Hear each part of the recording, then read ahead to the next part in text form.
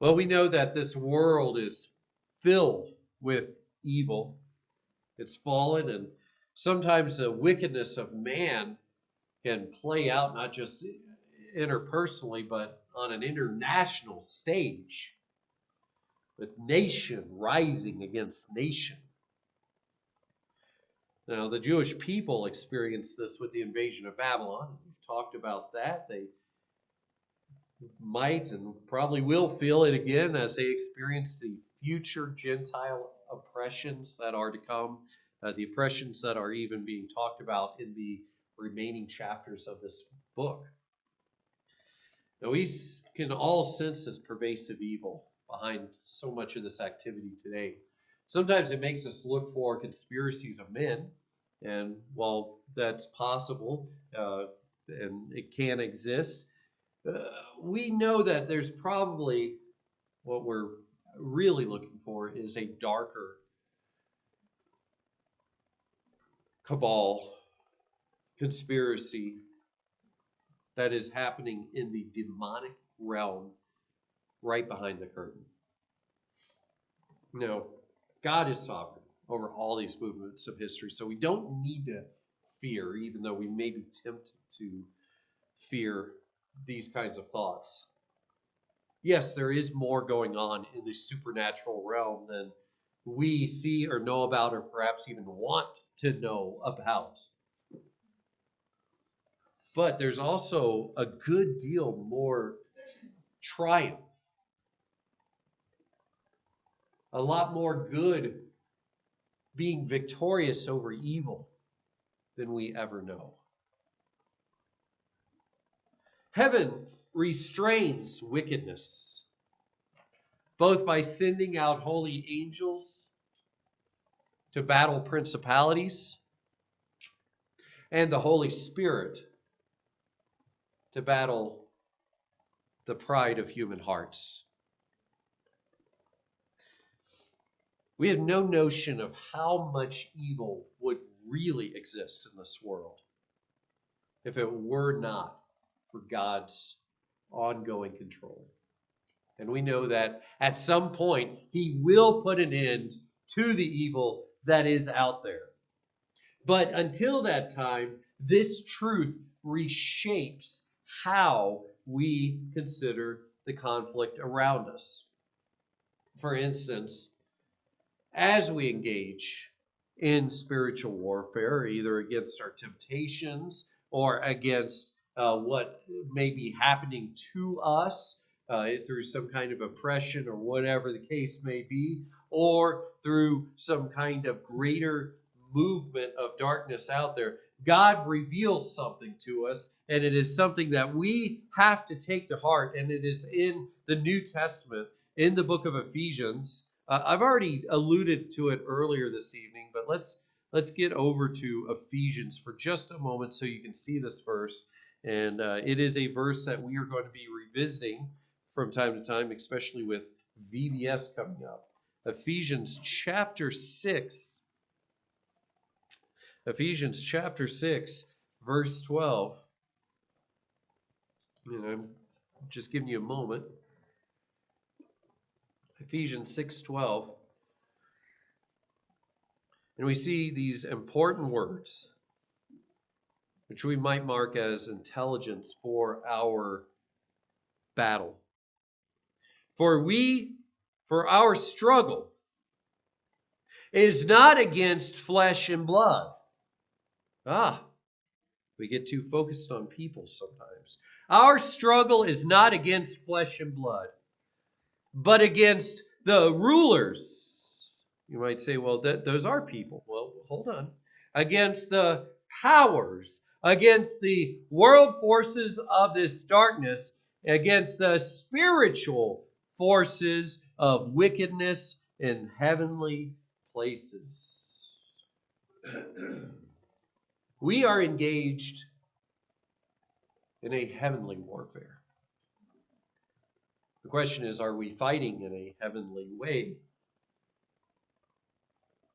Because this does require us to fight differently. This is not conventional warfare by any stretch of the imagination. So Daniel sees this to the extent that he can from his vantage point in history, and he is fighting for his people. We've noted this before. He is likely still troubled because of the visions of the previous chapters. And so he is once again fasting and interceding for their future. And we've seen this before where he has been praying for them. Chapter 9 especially gave us that great long section of his prayer and intercession. And he is, again, going before the Lord. He's fighting for his people, but in a spiritual way. Now, he doesn't know what's going to happen as a result of that fight. Because of what he is doing, a message is going to break through. And he is about to receive a briefing with divine intelligence that details what is happening in the spiritual realm as well as the natural realm. And so he's going to get the information that he needs, even if he doesn't like all the information he's about to receive. And this report will be so detailed that it covers the rest of the book. So not just chapter 10, but also chapters 11 and 12. That means that chapter 10 is just the introduction to this final vision of Daniel. And the sermon, because we're only in the first 9 verses, introduces the introduction. So we're just getting into it tonight. And so as we consider this, we are also considering, okay, well, how should we engage in warfare in heaven's way? Not in our way, but in heaven's way, in God's way. And how does heaven fight alongside of us? Well, we'll see 2 points just this evening along those lines. First, we'll see the heavenly fight of fasting and praying. The heavenly fight of fasting and praying in verses 1 through 3. Is that really a heavenly fight? Oh, yes. Yes, it is. Fasting and praying. That is a heavenly fight, and we will see that in verses 1 through 3. Second, verses 4 through 9, we'll then see the true heavenly fighter. The true heavenly fighter. And it's not Daniel. I'll just throw that out there for you to consider. So let's consider first, though, what Daniel does. And as we do that, we're considering the heavenly fight of fasting and praying. Verses 1 through 3. Once again, I'll read that for you. In the 3rd year of Cyrus, king of Persia, a message was received to Daniel, whose name was Belshazzar, and the message was true and one of great conflict. But he understood the message and had an understanding of the vision. In those days, I, Daniel, had been mourning for 3 entire weeks.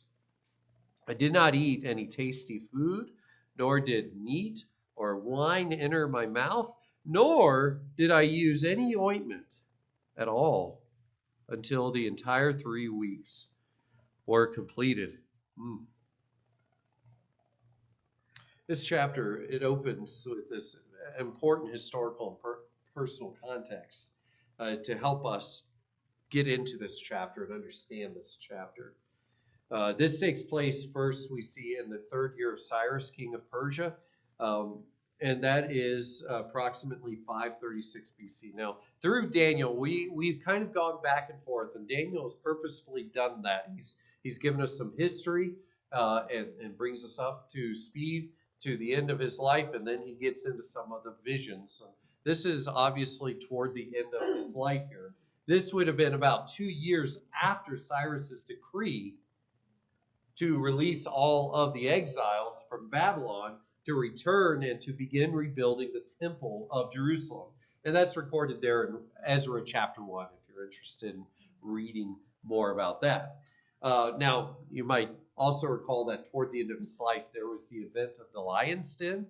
Well, that's actually right around this time. And so we're not entirely sure if this was right before this vision or right after it, but it would have been around that same time that he was thrown into the lion's den.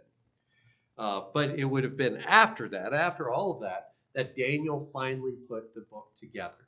And so after 70 years of service, he takes all these visions, he puts them together, all of his records, he puts them together into the book of Daniel.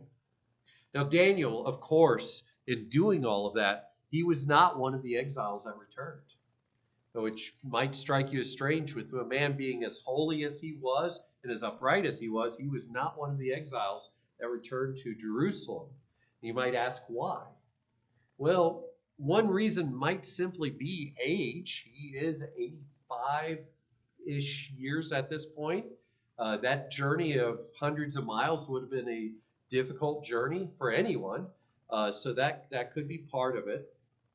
It could also be that he had ongoing governmental duties and he was not released to go back. The timing, though, it matters, and it may give us another clue because the exiles that returned were currently facing opposition. And there was temple work that was still to be done, but it had stalled. Ezra chapter 4 records that the temple work had stopped. And Daniel may have been taking his position in Persia as a leverage point to try to help his people over in Jerusalem. So he may have seen his position as one of strategy, of one of help for his people. And so that might be why he stayed. We're not told, so we're not entirely sure. But of course, we can imagine that he would try to help where he could. Even so, he doesn't seem to be having a lot of success. And with the visions of ongoing warfare that he has received over the past several years, and the welfare of his people firmly entrenched in his mind, and the persecution Daniel himself was probably experiencing, again, as he's about to go into the lion den or had gone into the lion den. This revelation is coming amid what might be some discouragement on the prophet's part. He might be a little discouraged by all this. I mean, he is human just like the rest of us, and he might be not happy with how things are going at the moment. But he knows people need to see this revelation. So he receives it and he understands that this is important. Now he shifts from that third person introduction in verse 1 to a first person account in verse 2.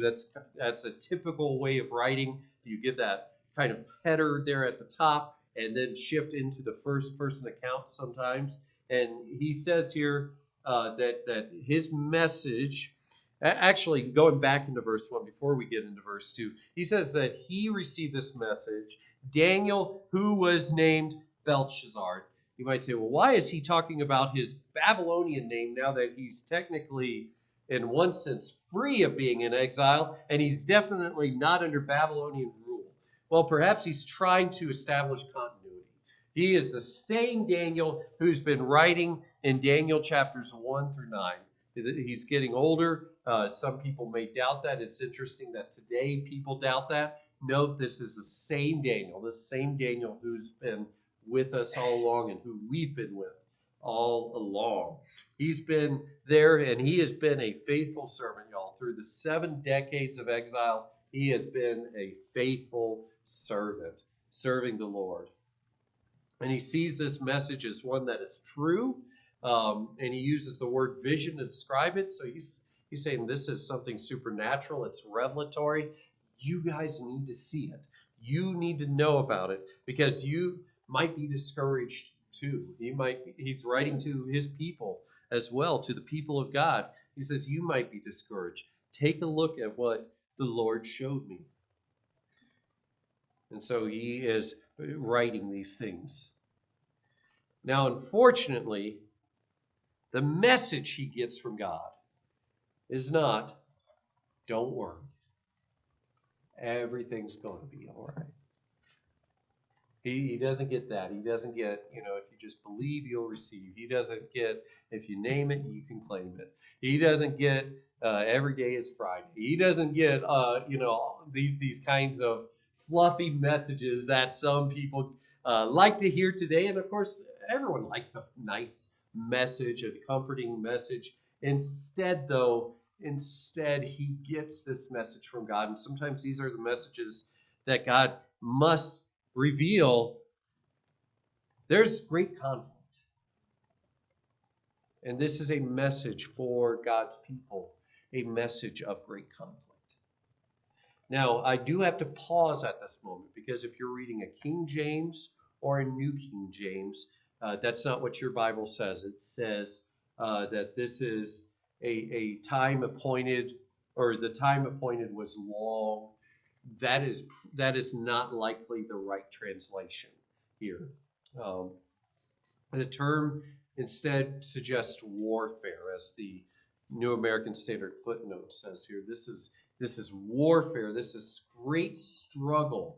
This is conflict, and it encompasses both earthly conflict as well as spiritual, supernatural conflict. And so this is a great conflict that is coming upon God's people.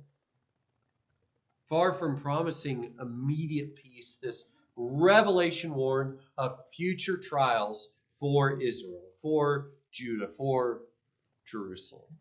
So God's people needed to hear this. They needed to know what was coming. And so Daniel's probably troubled by that because he has heard these other visions. He's seen these other visions. He knows that they are those of warfare. And, well, this one also is one of great conflict. But he understood the message, we read, and had understanding of the vision. Maybe his previous visions, as one commentary notes, prepared him through chapters 7 through 9. Maybe he was being prepared for this, and so he could receive this better. And certainly, verse 12 indicates that it is from his prayer that he is getting more illumination from God. Because the angel tells him there, don't be afraid, for from the first day that you set your heart on understanding this. Do you see that? He wants to understand it. And so from the first day and of wanting to understand it and on humbling yourself before God, that means starting that prayer, your words were heard, and I have come in response to your words. And so he does receive this additional explanation. And it's wonderful because it's this understanding that leads him from the period of mourning into a period of knowing that God is indeed sovereign over the nations and he has a plan. But at this very moment, he is in mourning. And so back to verse 2 here, where he does shift to first person, we see that he's in mourning, and the verb tense there indicates an ongoing sorrow. He is just in a state of mourning. It's not, no, he's sad, one day. No, he is just upset in general. He's downcast.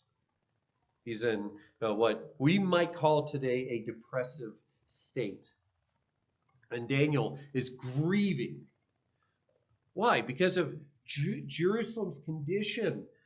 Because the opposition to God's work. He's been waiting to see the temple rebuilt, and now it's not happening. And he's wondering, how long, O Lord? Just like the psalmists have prayed so much. How long, O Lord?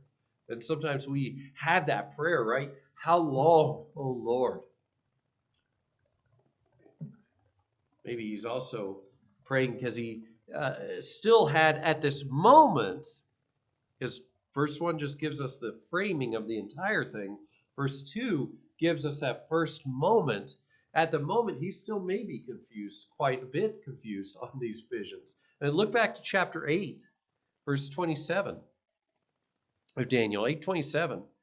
We read there that after that vision that was in chapter 8, But the ram and the goat, Daniel says, Daniel, was exhausted and sick for days. Then I got up again and carried on the king's business. But I was astounded at the vision, and there was none to explain it. And so he has struggled over these things. Just because prophets got these visions from God, it didn't mean that they understood what they all meant. Sometimes we might think, well, if we could just hop in a time machine and go back and ask Daniel, hey, what did you see? Maybe we could understand a little bit more about what's happening in front of us. I guess if we could only go backwards in the time machine and not forward, right? We could just ask the prophet, what did you see? What did it mean? And the prophet would probably say, I don't know. I mean, if we could speak in the same language, he would probably say, I don't know. I don't know what that means. I'm struggling over that too. And so that's just simply how it is.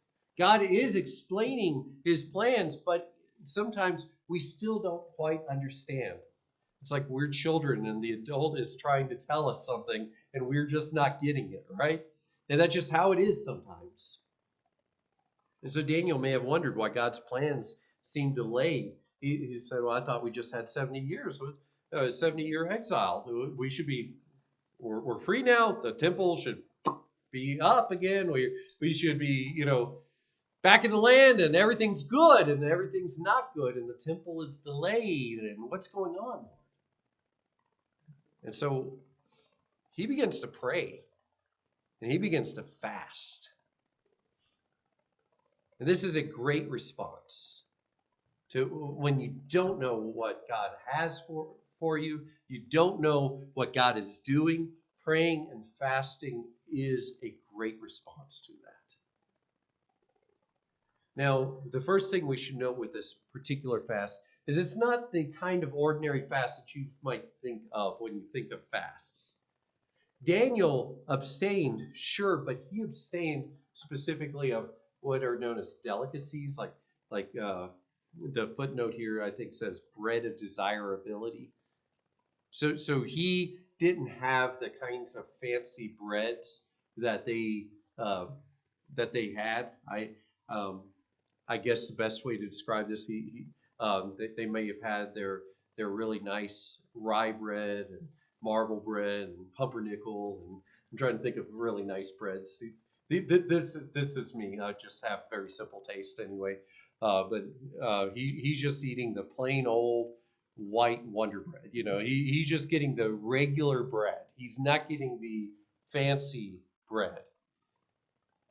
And he says that he is not eating meat or drinking wine. Now, that tells us two things. First, that he was not always on that vegetarian diet that we saw in chapter 1. He did eventually go back to eating meat. That was for a time. And so for those who wanted to write those diet loss or fitness books on the Daniel diet or whatever, and it wasn't the Daniel diet. He just, for a short time, only ate the vegetables. He did go back to eating meat. He did go back to drinking wine, but he stopped at this point. And so he's on a partial fast. He's eating that plain bread and he's drinking water, perhaps. You might say, well, why isn't he just on a complete fast? Like I think of a fast, I think no food. Maybe you do think water, but why is he eating bread? Well, at his age, it may be a little safer to have something. He's just not eating something that's tasty. He's just having something to sustain him. He's doing this for 3 weeks. That is a long fast for anyone. I certainly haven't tried to even go a week. So I certainly would not fault someone for not wanting to go for 3 weeks. That is a long time, especially at his age. He also didn't use any anointing oil at this time. That's a sign of mourning because that would have been very nice in the grooming process because it does help to keep the beard very nice. Those who do have beards, you know that Oils are sometimes nice. For the hair, it's nice as well. He didn't use any of that. He didn't use that. And this continued on for 3 weeks. He is denying himself. He is denying himself quite a bit. Even with this partial fast, there's quite a bit that he's not taking in. So you can imagine he's probably losing quite a bit of weight. He is depriving himself of some pleasures so that he can be more focused on God in prayer. And that challenges us. That challenges us because our culture is addicted to comfort, right? We do not want to be uncomfortable at all. If we can avoid it, we would rather stay in the nice, comfortable environment. Self-denial for prayer seems foreign, but it is important at times. And there are several times when it can be utilized. And we have such great examples before us, like Daniel, like Moses, like David, like Esther, like Paul, like Jesus. They have all fasted as well as prayed. Fasting isn't legalism. It can become legalistic. It can become moralistic. But it is also a voluntary discipline that denies a basic urge so that we can be focused more intensely on God. As we may have a hunger pain, we remind ourselves that we need God more than bread, because man doesn't live on bread alone. It declares to God, my need for you outweighs my need for food. So when God's work stalls or darkness seems to press in, you might be worried about the future. You might be worried about your kids. It might be several things. But we might mourn, and we should mourn, and we should pray, and we might even consider adding some fasting in there. And we don't need to tell people. We don't need to be like the hypocrites who announce it in the streets. We can wash our faces. But Daniel seems to have gone off by himself, and we'll talk about that in just a moment. And his persistence mattered. An angel later told him that his words were heard from that very first day, verse 12. And so we see that. We also see that this coincided with the Passover, with the feast of unleavened bread. He is fasting at that time, which is incredible to consider, especially as you might think about this. Passover was about Israel's deliverance from Egypt, and he is still waiting for what he sees as a full deliverance from the exile. So he may have even chosen this season on purpose to pray and to fast, because he is wanting the full restoration of the kingdom. And this becomes clear in the next passage, which leads us to our next point here. Second, we not only see prayer and fasting, we also see the true heavenly fighter. Verses 4 through 9. On the 24th day of the first month, while I was by the bank of the great river, that is, the Tigris, I lifted up my eyes and looked, and behold, there was a certain man dressed in linen, whose waist was girded with a belt of pure gold of Uphaz. His body was also like beryl. His face had the appearance of lightning. His eyes were like flaming torches. His arms and feet like the gleam of polished bronze. And the sound of his words like the sound of tumult. Now I, Daniel, alone saw the vision, while the men who were with me did not see the vision. Nevertheless, a great dread fell on them, and they ran away to hide themselves. So I was left alone and saw this great vision. Yet no strength was left in me, for my natural color turned to a deathly pallor, and I retained no strength. but I heard the sound of his words. And as soon as I heard the sound of his words, I fell into a deep sleep on my face, with my face on the ground. Now, I've already begun to talk about this. This takes place at a very specific time. And he says here in verse 4 that this takes place on the first month. This takes place on the first month. That's when his fasting and his prayer begins for 3 weeks. This is the 24th day. And so the 3 weeks would have been within this first month. What is the first month? It is called Nisan, not the car. This is the month on the Jewish calendar, Nisan. And he began to pray in this month. This was the month of Passover, the Feast of Unleavened Bread. And day 24 of this month would have been 3 days after Passover and the start of Unleavened Bread. Now, perhaps he chose this season because of that remembrance of the Exodus, but he was fasting instead of eating, and he was somewhat secluded, it seems, by the Tigris River, joined just by a few of his attendants. And then he says this, "Behold, suddenly there was a certain man." Now, this is a term to signal something. This is like if I'm reading and I say, "Look!" So some of you looked, right? Behold! This is a term that is meant to signal attention, to signal awe, and the scene certainly does. Because as I read that, you might not think, well, what's significant about this? Okay, so he looks up and there's a guy. Okay, but think about this. Daniel's beside the river, and he lifts up his eyes. Are you assuming that he was looking down? What if he's looking out like I am now? He lifted up his eyes, and there was a man. You might say, okay, well, are you sure you're getting that from the text? Well, remember, the previous vision involving the Tigris had a voice above the river. And remember, this is all one vision going into chapter 12. Take a look at chapter 12.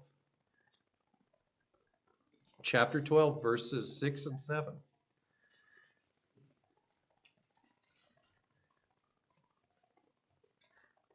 And one said to the man dressed in linen, this is the guy, right?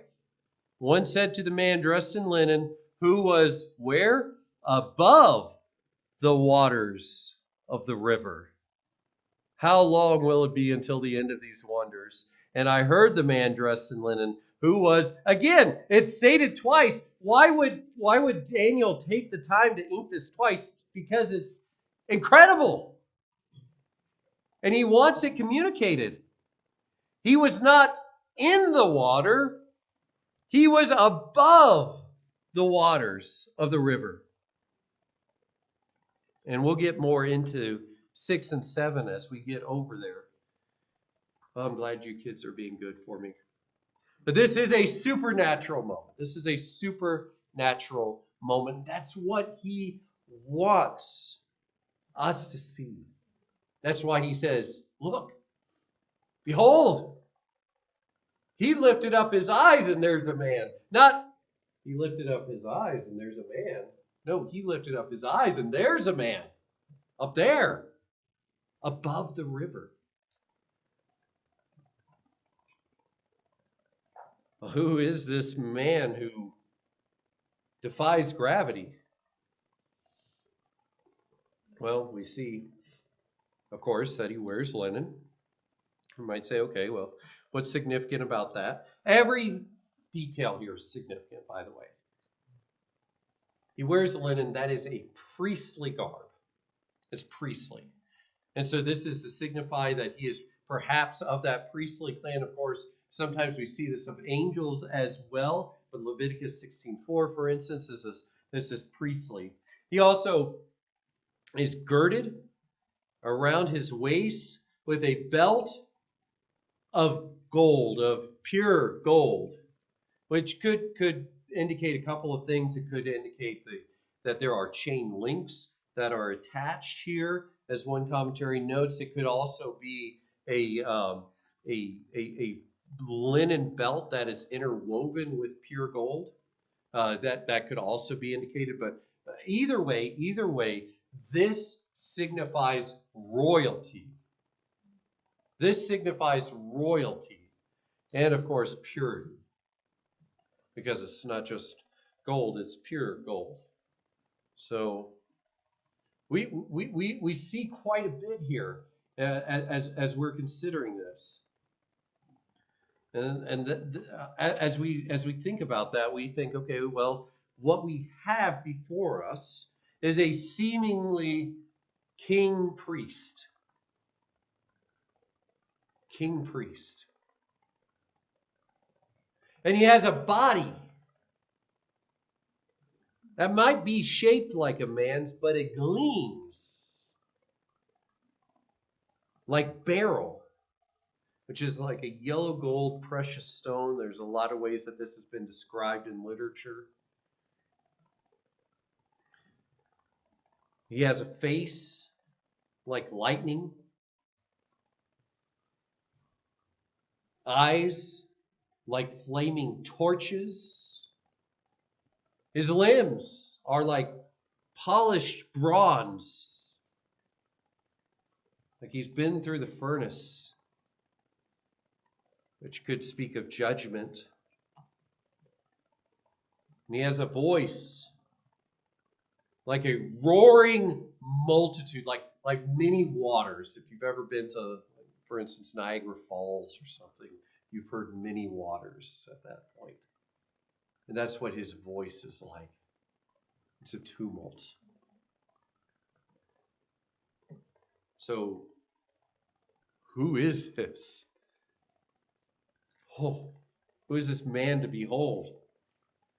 Well, the passage doesn't tell us directly, so the Lord leaves us as the reader to draw the conclusion of who this might be from the clues in the text. And scholars certainly debate those clues. They debate this figure's identity. Some might see him as a high-ranking angel, and that's certainly a valid point here. It could be someone like Gabriel. I don't think it is Gabriel. Because Daniel already knew Gabriel. We see that in chapter 8, verse 16. He already had been introduced to Gabriel.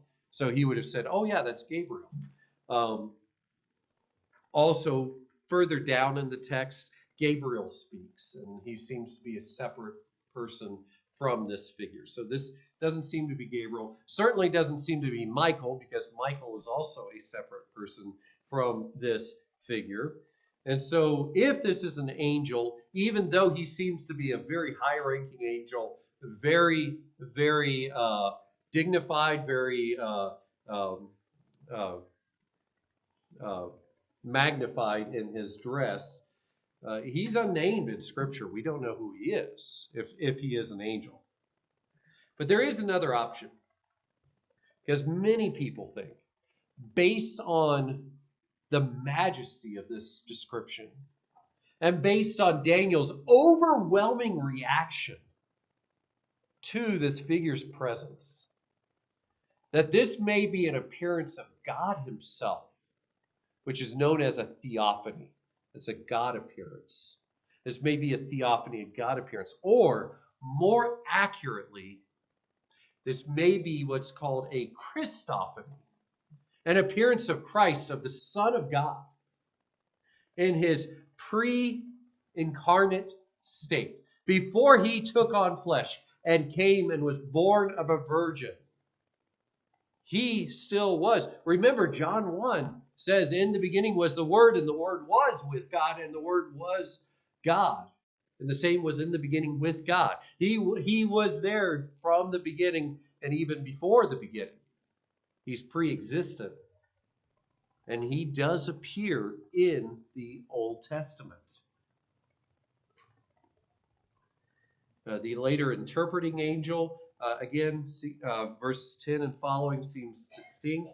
And this being's transcendent glory and authority favor divine appearance. I mean, again, chapter 12, verse 6 to 7, he makes an oath calling upon the name of God, making that oath. That's pretty stunning to see from just an angel. Again, the overwhelming glory echoes Ezekiel's vision of God's glory. Ezekiel 1 talks about that, and John's vision of God's of the risen Christ. And in fact, let's take a look over there. Revelation chapter 1. Revelation chapter 1. See, this is why I wanted to break up the chapter, because I didn't want to rush past this figure. I mean, this is the Son of God. Look at what we see here. Revelation chapter 1.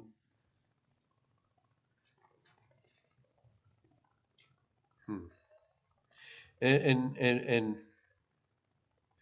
we see him speaking, for instance, verse 10. There John was in the Spirit on the Lord's day, and I heard behind me a loud voice like the sound of a trumpet. And he turns, and it is Christ there, the one who holds the churches, the lampstands. Look down to verse 13, and in the middle of the lampstands I saw one like a son of man. So the first description is that he has a human appearance. And that, of course, goes back to Daniel 7. That goes back to here, I would say, as well, Daniel chapter 10. One like a son of man, clothed in a robe reaching to the feet, and girded across his chest with a golden sash. And his head and his hair were white, like white wool, like snow. And his eyes, look at that, were like a flame of fire, like those blazing furnaces. And his feet were like burnished bronze, which was made to glow in a furnace. And his voice was like the sound of many waters. How similar is that? This is the risen Christ that John sees. And of course, how does John react to this? Verse 17, when I saw him, I fell to his feet like a dead man. And he placed his right hand on me, saying, do not be afraid. I am the first and the last. And he goes on from there. Verse 18 of chapter 2, Jesus also describes himself as the Son of God, who has eyes like a flame of fire, and his feet are like burnished bronze. So he describes himself that way as well. Now this is, I believe, Jesus Christ in Daniel chapter 10. To be a little bit more precise, it is the pre-incarnate Christ, before he was born, before he walked, before his ministry, I should say, on the earth. Now, some would say, no, wait a minute, though.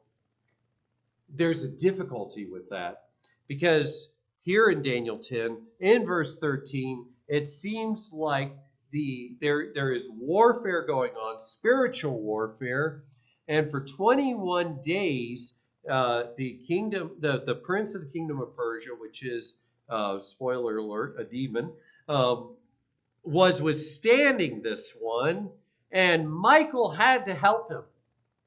And so if this is a pre-incarnate Christ, why does he need help from Michael?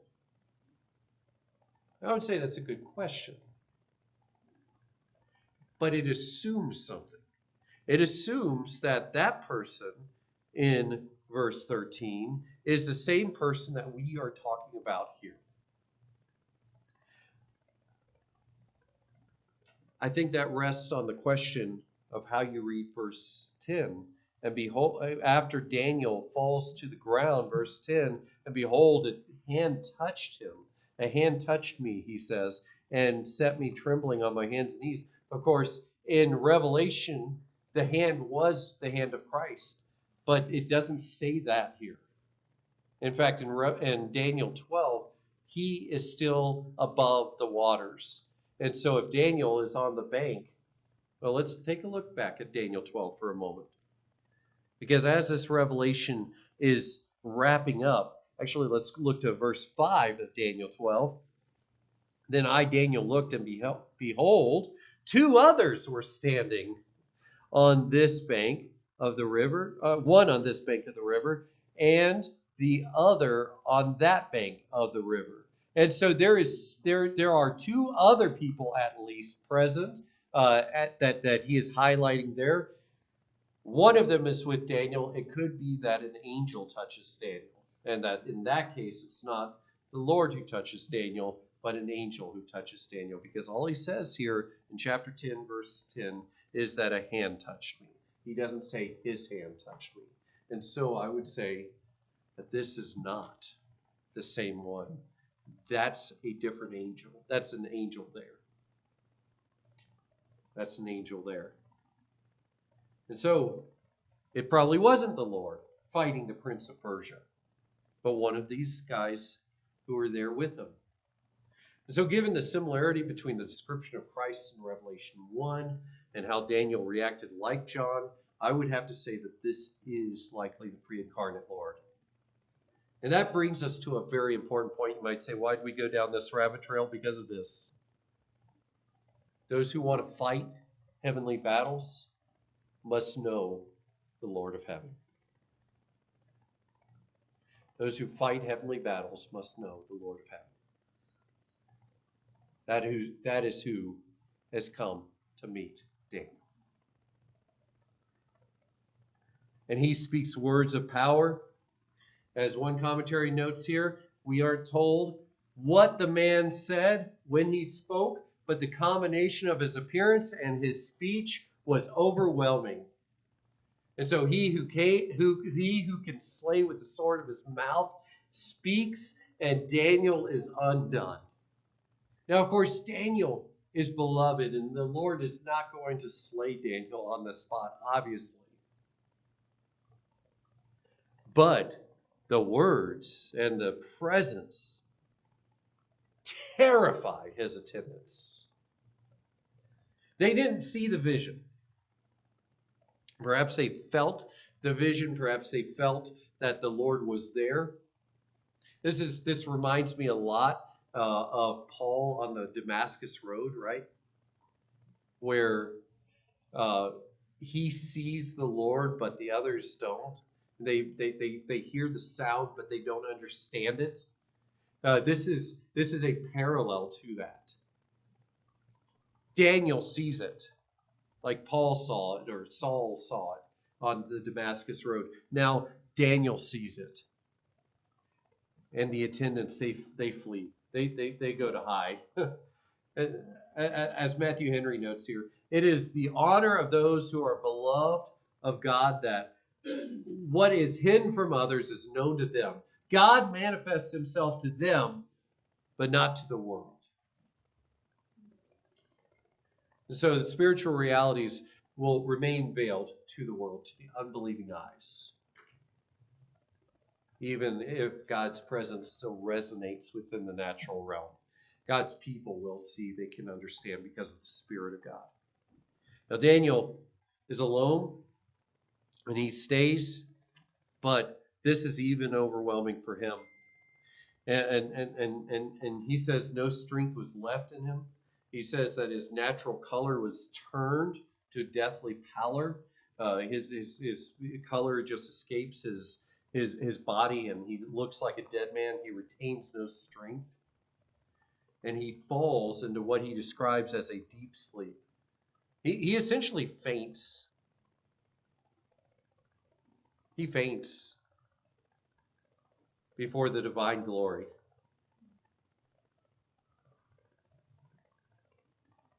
And throughout the rest of this chapter, in fact, Daniel continues to experience struggle. We see that here. We see that in the next verse. In verses 10 and 11, he's trembling as he slowly gets up. And he only gets up with help. He's smitten mute in verse 15. He can't speak because of what's happening. Verse 16, you can see pains begin to sap his strength once again. He seems to have difficulty even breathing. In verse 17, he says there's no breath left in him. And he can only respond with angelic help in verses 18 and 19. So this reaction instructs us. True encounters of God's holiness, they humble us, they undo us. Some of you haven't seen a vision like this, and perhaps you should praise God that you don't, but you may have felt the hand of God heavy upon your heart, upon your soul. It may feel like your bones are melting like wax as you know your sin before the Lord, for instance. It may feel that your heart is so heavy that you could cry, as David said. Your whole bed would become a bed of tears.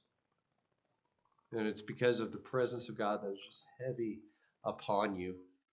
You can see that someone actually seeing God would be completely undone.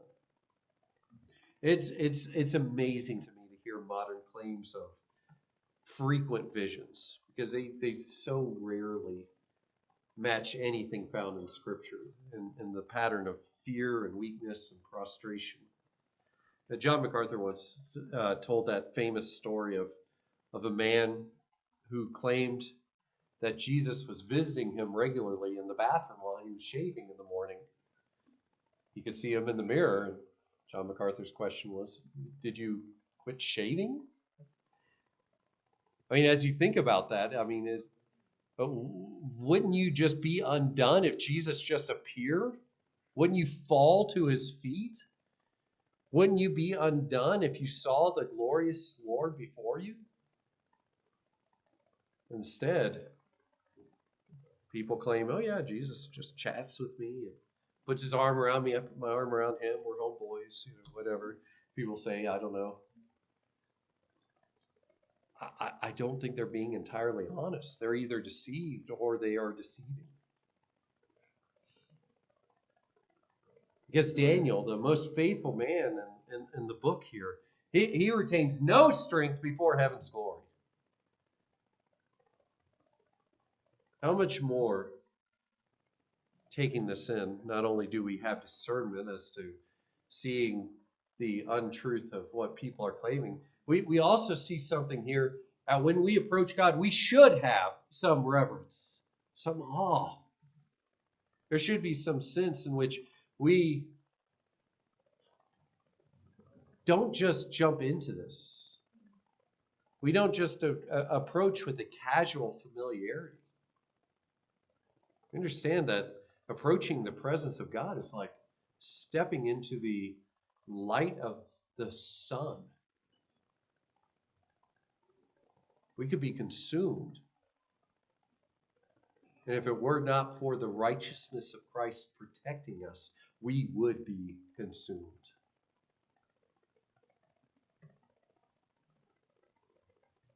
Now, thankfully, because of God's grace, Daniel survives in this moment. Daniel even heard the words, verse 9 says. Even in his weakness, he receives that revelation. And we would say this is part of God's grace as well. God does not abandon his servants to their frailty, because we are all frail.